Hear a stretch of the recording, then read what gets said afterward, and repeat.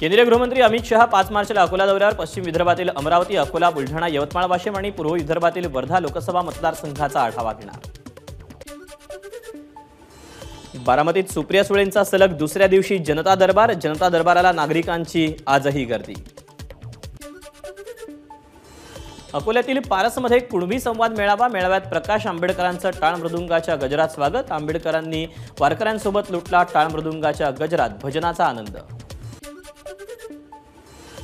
वर्ध्याच्या सांगवीमध्ये शेकडो कार्यकर्त्यांचा ठाकरे गटात प्रवेश। वर्धा विधानसभा प्रमुख नेहाल पांडे यांच्या नेतृत्वात शेकडो कार्यकर्त्यांचा शिवबंधन बांधून ठाकरे गटात प्रवेश।